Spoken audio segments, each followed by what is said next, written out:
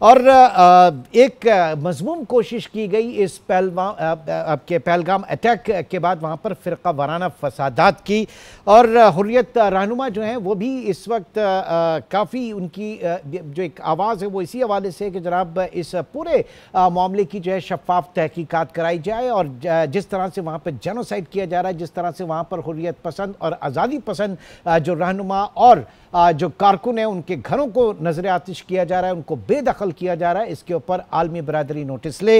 इस मामले को डिस्कस करेंगे आरिफ बहार साहब जो कि मुजफ्फराबाद से हमारे साथ मौजूद हैं, सीनियर सहाफ़ी हैं, तज्जियाकार हैं, हमारे साथ मौजूद हैं, और साथ ही साथ हुर्रियत रहनुमा मिशाल मलिक जो हैं उन्होंने भी हमें ज्वाइन किया। मिशाल बीबी, सबसे पहले आपकी तरफ आता हूँ। सबसे पहले ये बताइएगा कि इस वक्त क्या रिपोर्ट्स हैं, क्या अपडेट्स हैं आपके पास मकबूजा वादी की?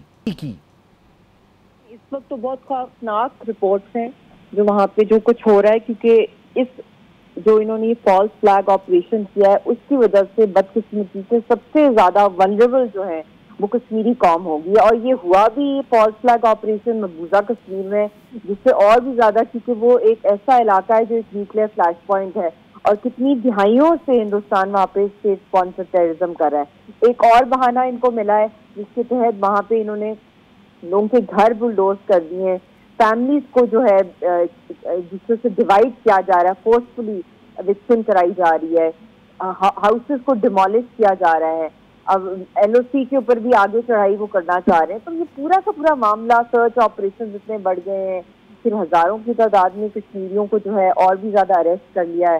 देन विद इन इंडिया जो उनके साथ किया जा रहा है, खुले आम ऐलानात हो रहे हैं, वीडियो पैगाम जो है वो जारी किए जा रहे हैं, नशर किए जा रहे हैं आरएसएस, हिंदुत्वा और जो शिवसेना, इन सब की तरफ से कि कश्मीरियों को, उनके बिजनेसेस को तबाह कर दिया जाए इंडिया के अंदर कहीं भी अगर वो हैं तो वो भी डैमेज किए जा रहे हैं, उनको अटैक किया जा रहा है, लिंच किया जा रहा है, फिर स्टूडेंट्स के साथ जो कुछ किया जा रहा है फोर्सफुली उनको भी बाहर फेंका जा रहा है, यूनिवर्सिटी से निकाला जा रहा है, उनकी डिग्री कैंसिल करने की धमकियां दी जा रही हैं। It's obnoxious. It's like whatever is happening. So the main problem that lies is on this hotbed of nuclear flashpoint. It's a nuclear ticking time bomb. जहाँ पे ये false flag operation जिस खित्ते में, जिस इलाके में ये किया गया है। अच्छा, ये बताइएगा कि इस फॉल्स फ्लैग ऑपरेशन का और ये ड्रामा एक था, इससे पहले हमने देखा कि चाहे आर्टिकल 370 जो है उसके हवाले से मामलात हों या फिर वहाँ पर जो एक पूरी डायनामिक्स चेंज करने की कोशिश की जा रही है, वहाँ की आबादी और उसको बिल्कुल चेंज करने की कोशिश की जा रही है। एक टूरिज्म स्टेट के ऊपर बड़ी वो जनाब चाह रहे थे कि इन्वेस्टमेंट हो, उसके ऊपर इन्वेस्टमेंट कॉन्फ्रेंस भी हुई और फिर वहाँ पर बहुत ज़्यादा इन्वेस्टमेंट के हवाले से जो है वो कहा भी जा रहा था। इस फॉल्स फ्लैग ऑपरेशन का कितना बड़ा नुकसान खुद भारत को हुआ कश्मीर के हवाले से, मिशाल? इनको आई डोंट नो, खास तौर पे हमें ये देखना पड़ेगा कि इंडिया को क्या इससे नुकसान या फायदा हुआ है और डायरेक्ट आरएसएस और बीजेपी को कितना इससे फायदा हुआ है। हाँ। क्योंकि जब आपने देखा कि हुआ है 10 मिनट्स के अंदर इन्होंने पाकिस्तान पे ब्लेम डाल दिया इसका ऊपर और कश्मीर की तहरीक के ऊपर, तो कोई इसके अंदर ना कोई क्रेडिबल, ट्रांसपेरेंट या किसी भी किस्म की कोई इंडिपेंडेंट इन्वेस्टिगेशन, कोई न्यूट्रल कमीशन जिसमें एक्सपर्ट बैठे हों, वो तो हुई नहीं है।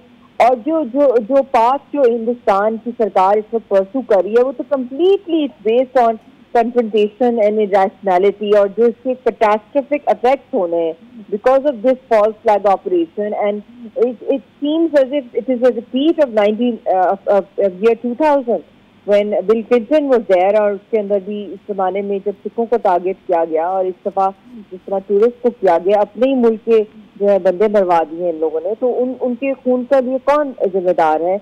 वहाँ पे क्यों नहीं इनकी मिलिट्री थी? वैसे तो हर जगह कश्मीरियों के इर्द गिर्द तो हर जगह 10 लाख फौज का पहरा है, तो व्हाट इज द रीजन कि यहाँ पे, और फिर जिस तरीके से इसको पूरा लेके इसको कैटास्ट्रोफिक, इसके जितने कॉन्सिक्वेंसेज होने और कोई क्रेडिबल इन्वेस्टिगेशन नहीं है, उसकी कंप्लीट एविजन है, तो ये बड़ा एक कॉन्सेप्ट जो मिशाल बीबी आप हमारे साथ ही रहिएगा। हमारे साथ आरिफ बहार साहब भी मौजूद हैं। आरिफ साहब, आपकी क्या असेसमेंट है, इंडिया क्या चाहता था इस पूरे ऑपरेशन को लेकर, रादर ये जो फॉल्स फ्लैग ऑपरेशन है उसके क्या मकासद क्या थे और हुआ क्या? इसमें हमें थोड़ा सा तारीख में जाना पड़ेगा जी कि 90s का जमाना था। 1995 में अल्फारान के नाम से एक बिल्कुल गैर मारूफ किस्म की तंजीम उभरी और उसने 5 मगरबी सयाहों को इसी पहलगाम के इलाके से अगवा किया।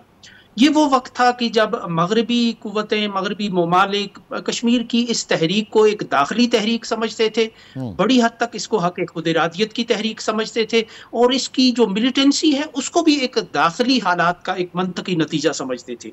लेकिन ये अल्फारान का जो वाकया हुआ जिसमें 4 फिर मिसिंग ही रह गए सयाह, एक भाग कर निकल आया उनके चुंगल से, तो उसके बाद मगरिब का रवैया थोड़ा तब्दील होता चला गया। मुझे याद है हमने इसको रिपोर्ट किया है सारे वाकये को कि उस वक्त पहली बार एक मगरबी मुल्क से एक के सफारतकार ने कहा कि अब कश्मीर की जो तहरीक है ये दूसरी राहों पर चल पड़ी है, और यूं उनका रवैया तब्दील होता चला गया। फिर क्लिंटन की आमद पे जो सिखों का कत्लेआम हुआ चट्टी सिंहपुरा का, उससे भी भारत ने बहुत से मकासद हासिल किए। यानी ये कि जो मगरबी ममालिक में बिलखसूस अमरीका में जो कानून साजी हो रही थी या अक़वाम मुत्तहिदा की सतह पर, उसमें कश्मीर की तहरीक को ब्रैकेट किया जाने लगा बड़ी महारत के साथ, दहशतगर्दी के साथ। फिर इसी तरह अगर हम पुलवामा का वाकया देखें तो उसके बाद उन्होंने बिल्कुल एक बहाने के तौर पर इस्तेमाल किया। तराने गाने उन्होंने पहले से बना के रखे थे, एक मुनज़्ज़म मनसूबाबंदी के साथ वो कदम ब कदम आगे बढ़ते चले गए। तो आज का वाकया भी बिल्कुल उन्हीं वाकयात का एक तसलसल मालूम होता है कि अमेरिका के नायब सदर भारत में मौजूद थे, और अब दोबारा जो है वो पुराने जो बादल थे कश्मीर की मज़ाहमत के हवाले से, तहरीक के हवाले से, वो छटने लगे थे। जो शकूक व शुबहात के बादल पैदा किए गए थे या जो साए मंडलाते चले आ रहे थे पिछले अरसे में, तो ये ऐन इस मौका पर ये जो कार्रवाई की गई, तो इसको इन वाकयात से हम अलग करके नहीं देख सकते, क्योंकि हर ऐसे वाकये के बाद भारत ने कुछ गेन किया है, कुछ मकासद हासिल किए हैं। तो आज का वाकया भी यही है कि कश्मीर लेकिन इस मर्तबा दुनिया ने उनकी उस थ्योरी को जो है वो बाय नहीं किया। इस मर्तबा दुनिया जो है उनका खड़ी नहीं हुई जैसे इससे पहले देखा गया था। Specially United nation security council के हवाले से बात कर लें या दीगर जो हमारे पड़ोसी ममालिक हैं या वो ममालिक जो कि काफ़ी इन्फ्लुएंस रखते हैं, वो इस वक्त पाकिस्तान के साथ खड़े हैं। उन्होंने इस थ्योरी को बाय नहीं किया मोदी की। जी बिल्कुल, ये तो है, लेकिन उन्होंने एक कार्ड खेल लिया, उन्होंने एक जो प्लानिंग की थी, उनकी मकसद तो उनका यही था। हाँ। ये अलग बात है कि वो अपने मकसद में कामयाब नहीं हुए और बैनुल-अक़वामी सतह पर एक सेंस प्रिवेल कर गया, उनको अंदाजा हुआ। उन्होंने इसको इन वाकयात के तनाजर में ही देखा कि भारत इस तरह के ड्रामे करता रहा है अपने मकासद के हसूल के लिए, और इसी कई मल्टीपर्पज किस्म का वाकया मालूम होता है। ये जो पहलगाम का इलाका है, यहाँ चिड़िया पर नहीं मार सकती, तह दर तह सिक्योरिटी का निजाम है। 2005 में जब परवेज मुशर्रफ का और मनमोहन सिंह का पीस प्रोसेस पूरे अरूज पर था, तो एक सहाफती डेलीगेशन के साथ मुझे इस इलाके में जाने का मौका मिला। हालांकि हम सरकारी मेहमान थे, लेकिन इसके बावजूद हमारी गाड़ियों की स्कैनिंग की जाती रही, कदम कदम पर गाड़ियां रोक के चेकिंग की जाती रही। तो वो तो आज 20 साल से ज्यादा का अरसा गुजर चुका है। अब उन्होंने और बहुत ज्यादा हिफाजती इंतजाम किए हैं, इस इलाके में फौज तैनात की है। तो कैसे मुमकिन हुआ ये कि 2000 सयाह वहां मौजूद है? जी मुशाल बीबी, अब आपका क्या एनालिसिस है, किस तरह से मामला आगे बढ़ेंगे, और आपकी जो सिफारतकारी के हवाले से मैं जानना चाहूँगा किस तरीके से, क्योंकि इसमें सलामती काउंसिल के अंदर जो बयान आया वो पाकिस्तान की कामयाब सिफारतकारी का मजहर है। तो पाकिस्तान किस तरह से आगे बढ़ रहा है और कितना एक धचका पहुँचा है इस वक्त भारत को अपने मजमूम मकासद में? इतना भी हो सकता है ना, पाकिस्तान का मीडिया इंटरनेशनलाइज करे जो असल मसला है इस खित्ते का, जो क्रॉनिक मसला है। ब्लेम गेम तो ये इनकी तो पुरानी ये रिपीट पे ही चल रही है, इनकी वही घिसी पिटी मूवी चल रही है। दुनिया भी अब तंग आ गई है जिस तरह की इनकी एग्रेशन है, जो रेकलेसली ये हर दफा जो कोई ना कोई एलिगेशंस लगा के जंग का समा बना देते हैं। जज, जूरी, एक्सिक्यूशनर, ये खुद ही सब कुछ फैसला कौन, हर चीज इनके ही हाथ में, जैसे समझते हैं कि पूरे वर्ल्ड का जो है इन्होंने डिसीजन लेनी है और इन्होंने ही हर चीज का फैसला करना है। But now I think the media should focus and the government of Pakistan must strongly focus जो असल बोन ऑफ कंटेंशन है वो कश्मीर का मसला है। और इस वक्त कश्मीर को एज अ पंचिंग बैग हर दफा हिंदुस्तान यूज करता है, और मुझे सबसे ज्यादा फिक्र उनकी है। पाकिस्तान के पास एक बहुत स्ट्रॉन्ग डिफेंस सिस्टम है, हालांकि यहाँ पे भी हिंदुस्तान ने बहुत सी प्रॉक्सीज खेली है, दहशत गर्दी की है। अभी जाफर एक्सप्रेस में देखने मासूम लोग शहीद हुए हैं, फौजी बहुत से शहीद हुए हैं, चाइनीज को बहुत से लोगों को जो है शहीद किया गया है बलूचिस्तान के अंदर। तो ये बहुत सा ये जो टेरर एक्टिविटीज में ये इन्वॉल्व है, टारगेट किलिंग में RSS HSS का ग्लोबल नेटवर्क है। बट हमें आना है जो कोर, जो असल मसला है वो कश्मीर का मसला है, उसके ऊपर उसको फाइनली अब सेटल हो जाना चाहिए उनका कश्मीरियों की उमंगों के मुताबिक, और वो कितनी कुर्बानियां दें और कितनी लाशें मासूम कश्मीरियों की गिरें।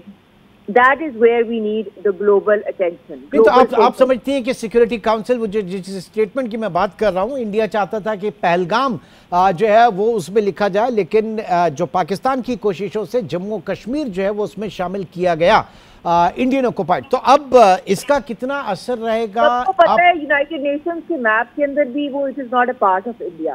तो वो इंडियन इलीगली ऑक्युपाइड जो जम्मू कश्मीर है, अभी इनका फैसला होना है जब हक़ खुदरादियत जो असल मसला UN की रेजोल्यूशन प्लेबिसिट वहाँ पे होना है। तो उस हवाले से बहुत फोर्सफुली जो है इस वक्त ग्लोबली भी कैंपेन करनी चाहिए पाकिस्तान को। एक तो फौरन ही पाकिस्तान के प्राइम मिनिस्टर को कौम से खिताब करना चाहिए। अब 10 दिन हो गए, ये बहुत ही खौफनाक जो है वाटर टेररिज्म के साथ साथ जो कश्मीरियों की और तेजी से नस्लकुशी और जंग की धमकियां और आगे से आगे बढ़ाना है। और they should nullify high time वो सारे बायलैटरल ट्रीटीज उन्होंने खत्म कर दिए हैं, डिस्कार्ड कर दिए हैं, डस्टबिन में फेंक दिए हैं। मल्टीलैटरल ट्रीटीज को भी they are totally on jungle law right now. So we must go to the Security Council right now, or could be a non-permanent member MSR, and we should tell them quite seriously, convince them, the Pakistani state should convince them that over 50 years we've given to bilateralism and dialogue and done various confidence building measures, मगर कोई result नहीं मिला, क्योंकि and में कुछ ना कुछ हो जाता है और ब्लेम वो पाकिस्तान पे डाल देते हैं। और जो असल मसला है वो कश्मीरियों की हक़ खुदरादियत है। असल मसला जो है वो कश्मीरियों की, कि ये ना हो कि सारे के सारे कश्मीरी जो हैं कब्रों में उनको दफना दिया जाए। आप देख रहे हैं अल्लाह ना करे उनके घरों को बुलडोज किया जा रहा है, धमाके मारे जा रहे हैं, और जिस तरह फोर्सफुली फैमिलीज को इतना पेनफुल है अटारी के बॉर्डर से जिस तरह उनको वापस भेजा जा रहा है। Most of them are state subject, वो आज़ाद कश्मीर के हैं, मकबूजा कश्मीर। दुनिया का कोई कानून जो है वो फैमिलीज को जुदा नहीं कर सकता। हमसे बेहतर और कौन पेन जानता है जुदाई की। 11.5 साल से हमने यासीन साहब को नहीं देखा। बच्ची गोद में थी, अब वो 13 साल की होने वाली है, और फोन पे 6.5 साल बात नहीं। अभी जो मैंने फुटेजेस देखी है वो तो रात सारी नींद नहीं आई। छोटी सी 14 साल की बेबी से जुदा किया जा रहा है एक माँ को, और एक बुजुर्ग आदमी डायलिसिस वाला है, उसको डायलिसिस का जो है नहीं होने दिया, वो रास्ते में जो है वो हिदायत। तो मतलब कि इस तरह लोगों को बाहर फेंका जा रहा है जिनकी 40 सालों से शादियां हैं, ग्रैंड चिल्ड्रन है उनके आगे से, या जिनकी नई शादियां हुई हैं 8-9 साल पहले, उनके साथ भी जो कुछ किया जा रहा है। तो this is so inhuman. This could be this, and the biggest brunt is falling on Kashmiri people mercilessly, non-stop from the Indian RSS state. ठीक, यकीनन ये एक इंसानी अलमिया, इसे हम कहेंगे एक इंसानी अलमिया है जो कि इस वक्त कश्मीर आ रहा है।